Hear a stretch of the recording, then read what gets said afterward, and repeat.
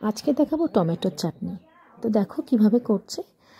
প্রথমে আমি টমেটো কুচিগুলোকে সামান্য নুন দিয়ে এইভাবে বেশ কিছুক্ষণ সিদ্ধ হতে দিয়েছি। তাতে কোনো তেল বা অন্য কিছু আমি মশলা দিইনি। তো বেশ কিছুক্ষণ সিদ্ধ হওয়ার পর যখন টমেটোগুলো পুরো গলে যাবে, দেখো আমি পরিমাণ মতো চিনি দিয়ে দিয়েছি, 100 থেকে 150 গ্রাম চিনি। তারপরে চিনিটা দেওয়ার পর চিনিটা গলে গেছে, দেখো কীরকম জল বেড়ে গেছে, কিন্তু অ্যাকচুয়ালি আমি জল দিইনি। এরপরে দেখো কালারটা আস্তে আস্তে চেঞ্জ হবে, কালচে টাইপের হবে। তুমি যতক্ষণ কষাবে তত তোমার রঙটা চেঞ্জ হবে। তো যেরকম চাটনির ঝোল রাখতে চাও সেইভাবে রেখে এবার আমি দিয়ে দিচ্ছি একটু লঙ্কা গুঁড়ো আর সর্ষে ফোড়ন দিয়েছিলাম একটা আলাদা বাটিতে। তো সেই সর্ষে ফোড়ন দিয়ে সেটা আমি এতে ঢেলে দিলাম। দিয়ে বেশ কিছুক্ষণ নাড়ার পর দেখো আমার চাটনি তৈরি।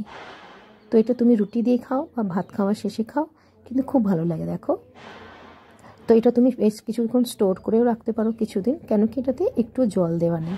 তো ওকে বন্ধু, টাটা।